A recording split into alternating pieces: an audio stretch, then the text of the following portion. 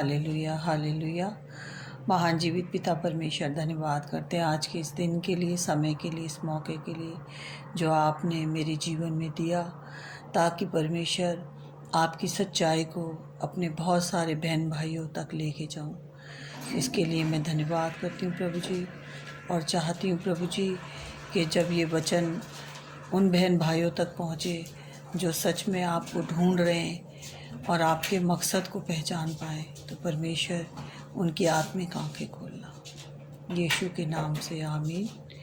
धन्यवाद करती हूँ पिता आपके वचन के लिए, जो कि हमारे लिए अपने मकसद से लिखाया गया।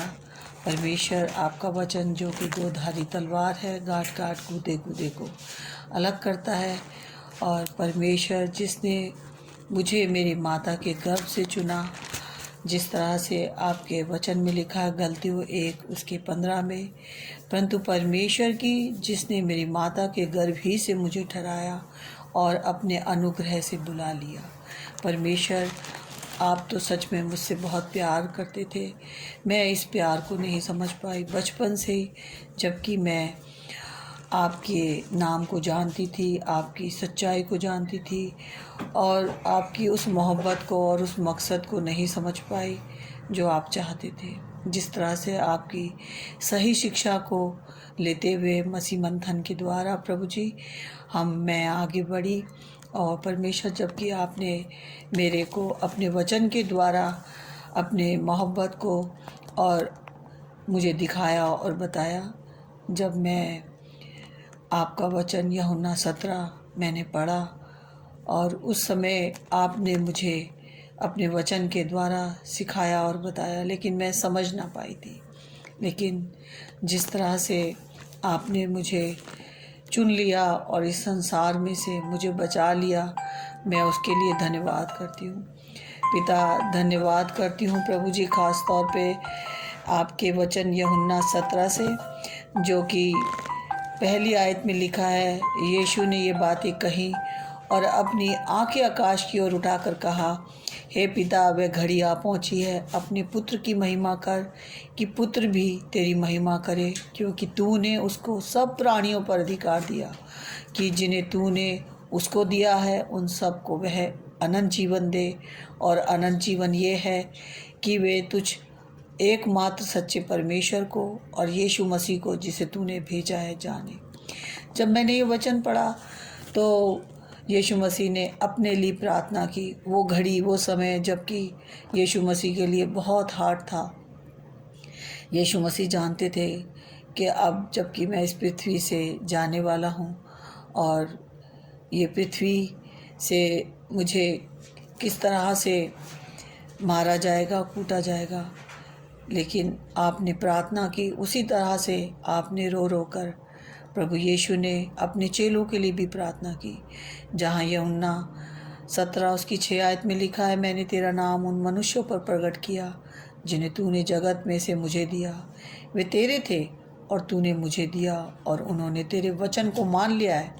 अब वे जान गए हैं कि जो कुछ तूने मुझे दिया है वह सब तेरी ओर से है, क्योंकि जो वचन तूने मुझे दिए हैं मैंने उन्हें उनको पहुँचा दिए, और उन्होंने उनको ग्रहण किया, और सच सच जान लिया है कि मैं तेरी ओर से आया हूँ, और विश्वास कर लिया कि तू ही ने मुझे भेजा है।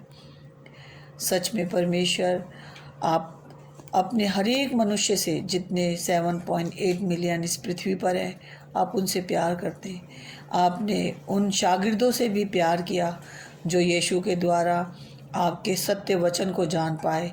परमेश्वर होने दे कि परमेश्वर जिस तरह से मैंने यूहन्ना 17 उसकी 20 आयत से जब मैंने पढ़ा, तो परमेश्वर मैंने भी सत्य को जाना। मैं केवल इन्हीं के लिए विनती नहीं करता, परंतु उनके लिए भी जो इनके वचन के द्वारा मुझ पर विश्वास करेंगे, कि वे सब एक हों, जैसा तू है पिता मुझ में और मैं तुझ में, वैसे ही वे भी हम में हो, जिससे संसार विश्वास करे कि तू ही ने भेजा है। ये परमेश्वर के दास यूहन्ना ने अब आपका वचन प्रभु यीशु मसीह के द्वारा और हम तक पहुँचाया, कि हम भी जाने कि सच में पिता और पुत्र हमसे कितना प्यार करता है, और उसी को समझने के लिए आपने अपने दास को पवित्र आत्मा दिया, जो कि हम तक पहुंच पाया। अगर थोमा भारत ना आते तो शायद मेरा घराना ना बसता और मैं भी ना बसती।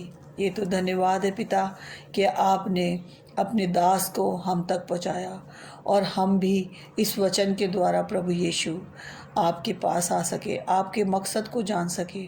पिता, जिस तरह से आपने मुझे माता के गर्भ से चुना, और आप चाहते हैं कि मैं अपने उन बहन भाइयों तक भी आपके उस वचन को पहुंचा सकूं, जो आज किसी तकलीफ़ में, किसी उस दर्द में, किसी उस परेशानी में है, जो नहीं जानते कि पिता मनुष्य से कितना प्यार करता है। परमेश्वर तो 7.8 मिलियन से प्यार करता है, लेकिन मनुष्य नहीं पहचान पा रहा कि प्रभु यीशु मसीह इस पृथ्वी पर क्यों आए थे। प्रभु यीशु मसीह इसलिए आए ताकि जो कोई विश्वास करे वो नाश ना हो बल्कि हमेशा की ज़िंदगी पाए। यूहन्ना 3:16 में यूहन्ना ने अपने वचन के द्वारा, प्रभु यीशु मसीह के वचन के द्वारा हम तक बताया कि परमेश्वर हर एक मनुष्य से प्यार करता है। उसने मुझसे भी प्यार किया, और वो उन सब बहन भाइयों से भी प्यार करता है जो इस वचन को सुनते और पढ़ते हैं। मैं चाहती हूँ कि हर एक बहन भाई इस वचन को, जो सत्य वचन उसने हम तक पहुँचाया है, वो जाने कि परमेश्वर हमसे कितना प्यार करता है। जिस तरह से मत्ती 5:16 में लिखा है कि परमेश्वर तुम्हारे कामों से परमेश्वर की महिमा होने पाए।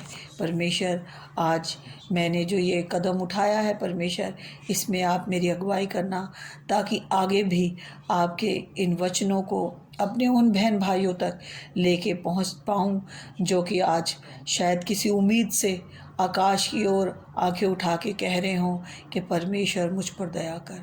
क्योंकि परमेश्वर हर एक से प्यार करता है, लेकिन पाप से नफरत करता है। हर एक बहन भाई को अपने गुनाहों से माफ़ी मांगनी होगी। जिस तरह से प्रभु यीशु मसीह ने प्रचार किया और कहा मन फिराओ, क्योंकि तुम्हारे पास वचन आया है, और वचन देधारी होकर, जिस तरह से यूहन्ना 1:1 में लिखा है कि वचन देधारी हुआ और इस पृथ्वी पर आया, ताकि जो कोई विश्वास करे वो नाश ना हो बल्कि हमेशा की ज़िंदगी पाए। उनमें से मैं भी हूँ, जिसने पिता ने मुझे ज़िंदगी भी दी और मेरी हर ज़रूरत पूरी की। मुझे ये नहीं कि सिर्फ आत्मिक बल्कि शारीरिक भी मेरी हर ज़रूरत को पूरा किया, और परमेश्वर आपकी भी हर ज़रूरत को पूरा करेगा। आप अपने दिलों को खोल दो।